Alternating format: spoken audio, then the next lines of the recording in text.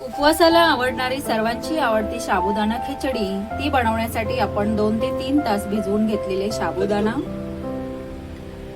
बारीक कट केलेला बटाटा, मिरची आणि 1 वाटी शेंगदाण्याचे जाडसर असे भाजून वाटून घेतलेले शेंगदाण्याचे कूट। कढईमध्ये तेल तापवून घ्यायचं आहे। 1 चमचा तेल टाकलेलं आहे मी। त्यामध्ये आपण टाकणार आहोत मिरची। तर ही मिरची तेलामध्ये तडतडली आहे बघा, थोडीशी फ्राय झालेली आहे। त्यानंतर आपण यामध्ये ऍड करणार आहोत बारीक कापलेला बटाटा। यामध्ये आपण चिमूटभर बटाट्याला चव येण्यासाठी चिमूटभर नमक टाकत आहोत। थोडा वेळ बटाटा झाकून शिजवायचा आहे।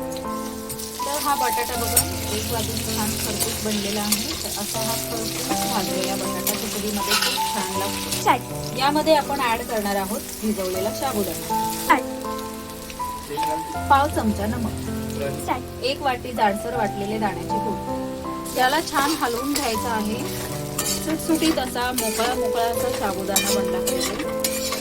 तर हा साबुदाणा आपल्याला 5 ते 10 मिनिटं असा छान भाजून परतून घ्यायचा आहे। तर छान भाजून खिचडी तयार आहे। घमघमीत असा मस्त वास सुटलेला आहे।